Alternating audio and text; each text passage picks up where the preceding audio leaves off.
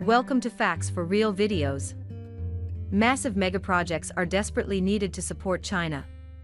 Its population is expanding at an unprecedented rate, and the nation has constructed more roads, dams, and bridges than ever before. We'll examine the largest megaprojects in China that have transformed the nation, starting with Number 4. The tallest bridge in the world is the Bei-Panjiang Bridge. The Bei-Panjiang Grand Valley is crossed by it. Conversely, it has a 565-meter highest drop. In order to give you an impression of its tremendous height, the Golden Gate in San Francisco doesn't even rise above 67 meters. The entire New York One World Trade Center may fit below. The hilly provinces of Xuanwei in Yunnan and Shuicheng in Guizhou are linked by the Bei-Panjiang Bridge, transformed a 4-hour commute into one that takes less time. The bridge is quite convenient, and the views from it are stunning. Because of its altitude, the route is occasionally encircled by clouds. The province of Mist Guizhou is a very mountainous region. Therefore, it requires large connecting bridges like 3 of the 5 tallest bridges in the world are located in this province, and all 5 are in China. However, mountainside construction has many challenges. The final position of kept needing to be moved by architects. To avoid caves and cracking in the karst mountains on each side of the valley, the bridge was raised higher and higher. The Bei-Panjiang Bridge is the tallest in the world, it should be made clear. But not the tallest. That honor belongs to France's Millau Viaduct, which stands at 343 meters. The distinction that the bridge with the highest structure is the one that is the tallest.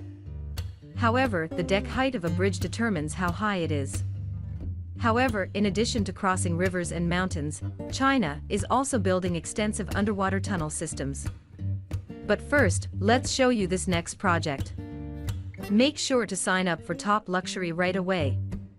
Only 3% of our viewers subscribe, which increases to 5% with their assistance. Additionally, join Ultimate Luxury. Number 3. Lake in a submerged tunnel in China. The third largest freshwater lake in China is called Tahu. Rather than constructing a bridge and ruining the landscape, create a great tourist destination. China made the decision to dig a tunnel beneath the earth that is almost 11 kilometers long. It is currently one of the world's longest highway tunnels. Tahu is a city in the Jiangsu province of eastern China.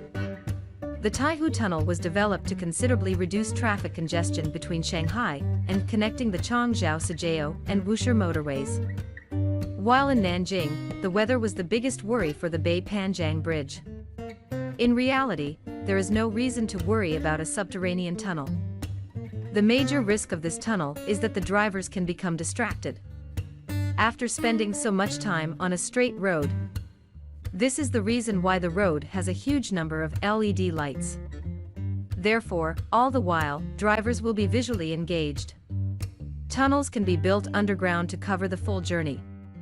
There are numerous methods. The French to English Channel Tunnel.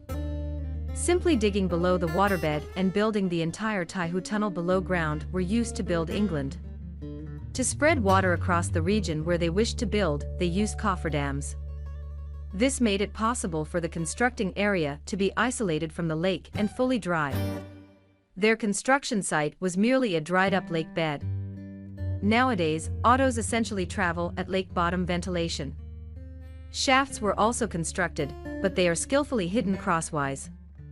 One of the shafts is disguised as a small island, another as a statue in the shape of a conch, and a third appears to be a lake with an old boat in it. Tahu is a well-known travel location. The tunnel's 11-kilometer length was intended to preserve the area's natural beauty. First, one of the world's longest road tunnels is the Tahu Tunnel. Nonetheless, the Lærdal Tunnel in Norway takes first spot.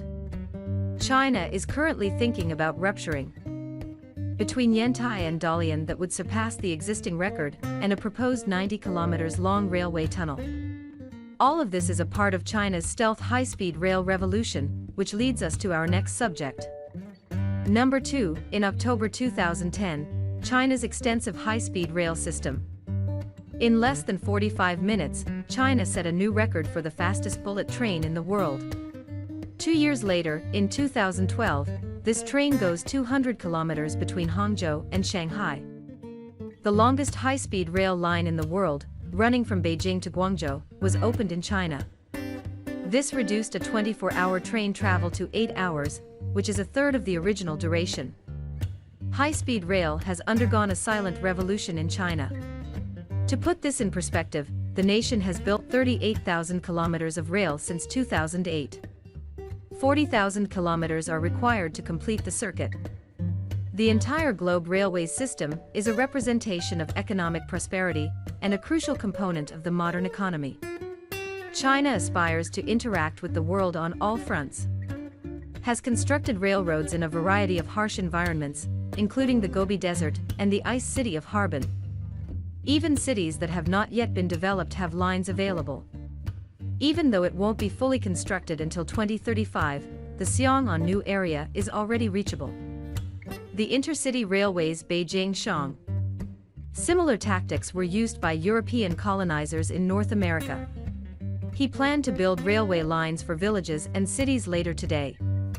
In January 2022, they're still attempting to push the limits.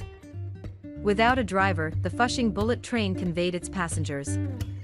Although it was the world's first driverless bullet train, China's railway revolution is not the fastest ever, according to its rivals. Japan has broken the world speed record with its 602 km per hour bullet train. However, in regard to the magnitude and scope of its high-speed rail, despite the fact that China has been rapidly constructing its roads and railways, it is still in a league of its own. Additionally, a far larger infrastructure project that was implemented piecemeal. This takes us to our fourth mega project. China has been steadily entering the space race, frequently matching and, in some cases, surpassing the milestones achieved by the US and Russia. Number 1, in 1994, the largest radio telescope in the world. One of the best astronomers in Chinese history. China should have the vision that Nan Rindong desired. The largest telescopes then accessible in China were just 25 meters in size, compared to the US Arecibo telescope in Puerto Rico. But Rindong desired something 20 times greater than Rindong. His team searched the Southwest for a good location for 10 years. They eventually found China to create a new radio telescope. The radio telescope was finally built in 2016, after more than 20 years of planning in the Dewudang Depression in Pingpong, which was a bowl-shaped valley that could support the weight of the telescope and allow groundwater to flow off. Following its initial design suggestion. With a 500-meter diameter and more than 4,000 metal panels that can all be independently rotated to focus on radio waves in space, it is now the largest telescope in the world. The spot in the mountains was picked due to the lack of communities nearby. But it's still rather far away. The project wasn't without opposition from the nearby locals.